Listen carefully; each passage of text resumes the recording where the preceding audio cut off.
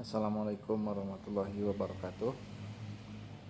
Rekan-rekan penonton YouTube yang berbahagia, kemarin ada klien datang ke saya bahwa dia kena tipu. Jadi alasannya adalah kena tipu. Nah, kok bisa kena tipu? Jadi begini ceritanya. Eh, Klien ini punya hubungan baik dengan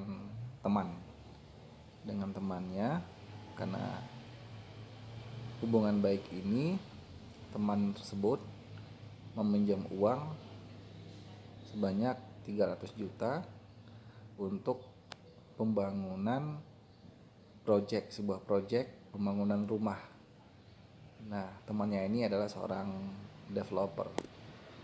Jadi setelah beberapa waktu, bahkan sampai 3 tahun, utang tersebut tidak pernah dibayar, dan bahkan ketika ditagih, developer tadi menghilang gitu. Nah, apa yang harus saya lakukan agar nanti uang saya itu bisa kembali atau dikembalikan oleh teman saya yang berprofesi sebagai developer.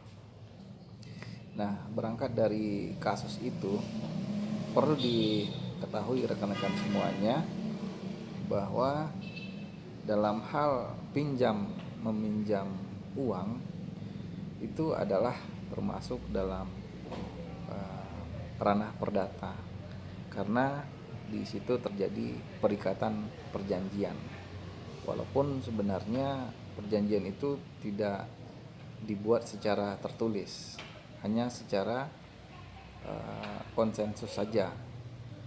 Nah, kalau kita bicara tentang perikatan, tentu mengacu ke pasal 1320 Kitab Undang Hukum Perdata. Nah, bukti yang dimiliki oleh klien ini hanya sebuah kwitansi peminjaman saja. Bukti pinjam meminjam uang, tapi itu tidak masalah. Itu sudah termasuk sebagai suatu bukti akta di bawah tangan yang bisa dijadikan sebagai alat bukti.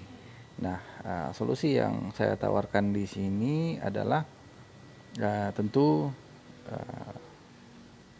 klien ini tentu harus melakukan negosiasi maupun melakukan permintaan kepada yang minjem temannya itu untuk segera mengembalikan uangnya, apakah dalam bentuk teguran atau segala macam. Kalau seandainya memakai jasa advokat atau kuasa hukum, nanti kuasa hukum bisa memberikan somasi untuk segera dilakukan pembayaran hutangnya. Jika tidak, tentu konsekuensinya akan diselesaikan melalui upaya hukum. Nah, kalau tidak juga, tentu hal ini bisa dilakukan gugatan prestasi ke pengadilan, di mana wilayah hukum perjanjian tersebut dibuat. Nah, kalau sudah masuk ke ranah litigasi atau ke pengadilan negeri, tentu Bapak Ibu bisa memakai jasa advokat untuk mendampingi menyelesaikan kasus perdatanya di pengadilan negeri. Terus pertanyaannya, apakah bisa kita melakukan sita terhadap proyek yang dibuat oleh teman tadi? Nah, terkait dengan sita menyita, ini sebenarnya harus ada keterlibatan pengadilan, ya, harus izin ke ketua pengadilan, prosesnya seperti itu. Nah, dan tentu harus ada bukti-bukti pendukung bahwa memang terbukti teman yang meminjam tadi uangnya digunakan untuk melakukan proyek. Bisa saja diperuntukannya bukan untuk itu, bisa saja untuk beli mobil, beli emas, atau memang untuk konsumsi barang-barang yang lain, kita tidak tahu, ya kan?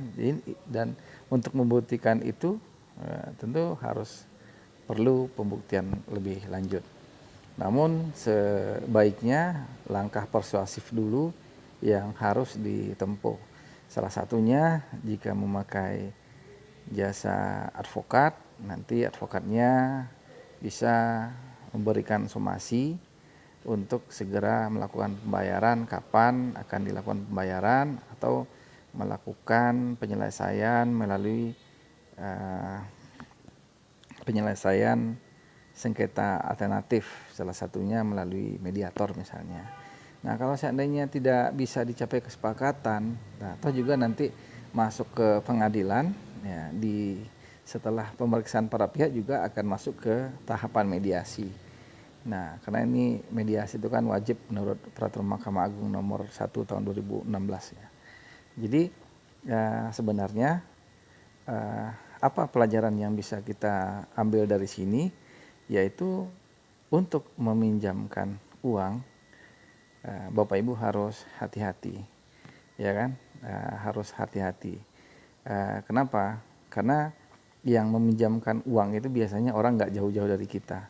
Bisa saja teman dekat atau teman akrab atau keluarga sendiri. Tapi pada akhirnya setelah uangnya cair, tapi mereka berat untuk membayar. Jadi hati-hatilah Bapak Ibu untuk meminjamkan uang.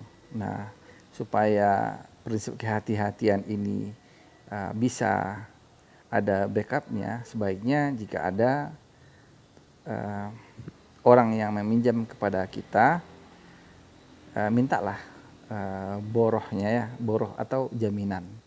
Nah, karena jaminan ini sebagai pegangan kita selaku peminjam, apabila nanti orang yang meminjam kepada kita ingkar janji, wan prestasi, maka sesuai dengan perjanjian di awal yang sudah disepakati dengan klausal-klausal yang kita buat, tentu jaminan ini bisa kita jual, kita terima uangnya dan lain-lain. Demikian solusi yang saya tawarkan terkait dengan pinjam meminjam. Nah, bagaimana dengan ditipu? Nah, kalau seandainya penipuan itu masuk unsur penipuannya, tentu ini bisa, ya kan? Nah, kalau dalam konteks pinjam meminjam itu tidak bisa disangkakan masuk ke dalam delik penipuan.